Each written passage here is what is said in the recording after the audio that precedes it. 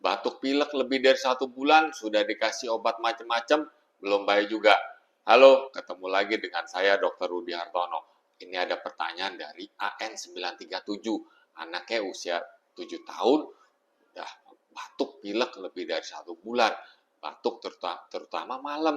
Nah, hidungnya kalau malam nih seperti ada ingus tapi nggak bisa dikeluarkan, mungkin mampet ya, udah diuap, kasih obat batuk, pengencer dahak, di nebu ya, diuap, pokoknya udah macem-macem, tapi belum baik-baik juga.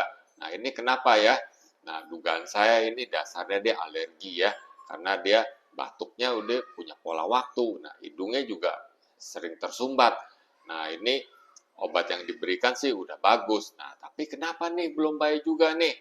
Nah, jadi kalau memang mau ya disemprot juga hidungnya, diirigasi pakai NaCl ya, cairan infus ya, pakai jarum suntik 10 cc, disemprot aja hidungnya nih ya. Kalau dia ada lendir dia akan keluar. Nah, lalu bisa juga pakai obat semprot hidung ya, yang mengandung steroid, itu dosisnya ringan, aman.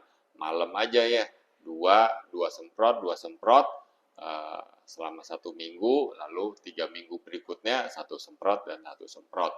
Nah, kenapa ini belum sembuh juga? Nah, kemungkinan bisa juga ini terjadi komplikasi ke sinusnya. Jadi sinus itu di sini ya. Jadi pada anak-anak yang batuk pilek berkepanjangan, nah ini bisa komplikasi ke sinus ya. Nah, cara taunya gimana ya? Bisa kita foto ronsen 3 posisi untuk melihat sinusnya. Nah, bisa juga CT scan, tapi itu mahal. Nah, CT scan akurasinya lebih bagus juga.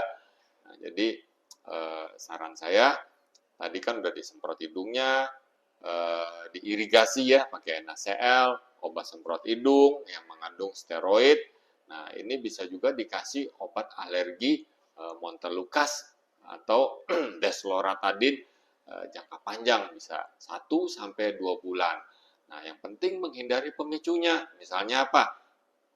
AC yang terlalu dingin, mainan atau benda-benda yang berbulu, ya, selimut berbulu, boneka berbulu, asap rokok, asap kendaraan, jangan loncat di kasur, lempar bantal guling.